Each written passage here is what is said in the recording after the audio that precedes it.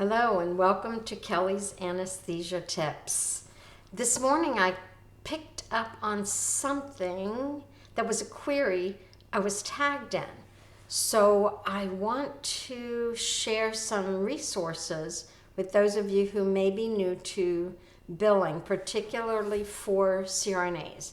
There are so many resources out there. You just want to make sure that you have legitimate resources. And I'll also plug some of my earlier YouTube videos so as to not repeat all of the basic information. Go back to those 3-level 101s for anesthesia billing that talks about all of the unique circumstances related to anesthesia. So quickly, I'm just going to point out that I am on the Anesthesia Coding and Billing Facebook. We have 970 members. I moderate along with a few other people who don't mind trying to help and answer questions for those of you who have difficulty with it because it's not an easy specialty to code. And as I recently mentioned at the ASA Advanced meeting in Atlanta, there's not a school for this. The little bit of the anesthesia coding and billing that you get in courses through the college or in your CPT coding book are just not enough in the real world for you to accurately report the anesthesia services your providers give.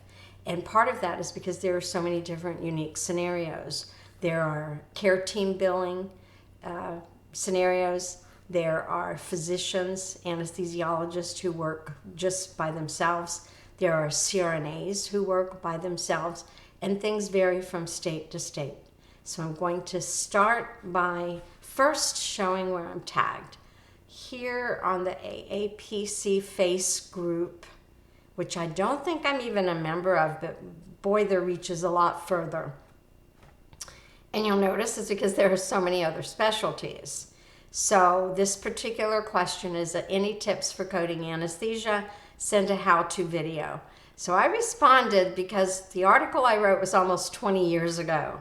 So you really do have to be careful sometimes because realize that anesthesia fee-for-service or professional services are much different than billing for facility services. So someone did try to help, but they gave a revenue code that only relates to facilities. So use caution. Here's where we're going to start getting some tips from. So number one, if you're not already, sign up for this anesthesia coding and billing, because if I had not been tagged, I would never have seen this question and I would not have been able to help. So that's the first thing you want to do. Second is I go to some of our premier resources, and I'll give links for all of these. YouTube's also. First is the ASA, the American Society of Anesthesiologists. They have some timely topics in payment and practice management, and whether you're a member or not, you still have access to these types of articles. If you have a physician who is a member, you can get into some of the things that are only allowed for members. But without being a member, you can get to things like this. So this goes back to 2019, Anesthesia Payment Basic Series Codes and Modifiers. So I'm going to give you that link. And then I want to give you a link from another resource.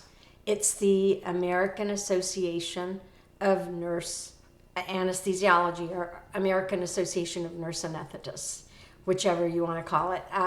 For practical purposes, I've always known this as the American Association of Nurse Anesthetists. Anesthesiology is typically related to the physician side of it, and I try to stay out of these political aspects of it because to me, I just want to get you to the right information to bill properly.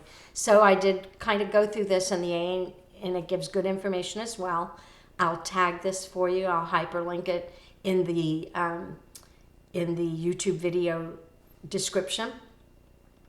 But one of the first things is it says, for specific billing and coding, consult a certified billing coding expert. I want to add the word anesthesia because you really have to have a strong background in anesthesia. I've always said you can start in anesthesia and move to any specialty, but the reverse is incredibly difficult because we're so different. So I'm going to give these to you. I'm not going to read them for you, but they are good resources. Then I'm going to point you back to that article that I wrote 20 years ago, because this isn't a new problem. It's been around, and it's been around for a long time because rules vary. Rules vary by state. Rules vary by payer. Even the percentage your CRNA is paid is different depending on the state you're in or the insurance policy that you're filing under for that particular patient. Whether you report one claim or two, whether you report the services under the physician who employs a CRNA or not. So when I say the first thing that you want to do is just have these resources, then check to your state, and I'm going to give you a clue to how to do that as well. And then I'm going to, wrap this up and let you guys do your thing, because my goal is to make it as simple as possible for you to find the things that you need to help you help yourself. So this article goes back into a little bit of the history of it, but I always tell you that state scope of practice laws you have to check into. Then you check into your private insurance. And then what do you do when you have to bill one or two claims? You have to think about things like that. So this tells you the allocation of payment or the amount of the charge, etc.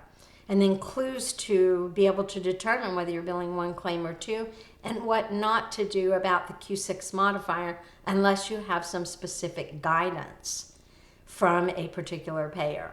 So I'll give you all of these links. I will give you these resources and then leave it up to you to, just send a comment if there's something about any of this that you don't understand. Because we're in a niche specialty, we do need to help each other help ourselves. And I end every video, or try to remember to end every video with this: be kind to one another and generous with your knowledge. I added support anesthesia meetings because without the support of people attending these meetings, they will go away. I've got multiple videos on that. There's, you just missed one in Atlanta, the ASA Advanced. They added coding and billing last year. Thank you, we need it. And then you have AIA-BPM coming up in, I want to say May. Thank you, we need it. And these are great meetings. Not only do you get to listen to people who are specific to anesthesia coding and billing, but you also get to interact and network and meet people who do this on a daily basis. All right, that's it. Thank you so much, and see you guys on the next one.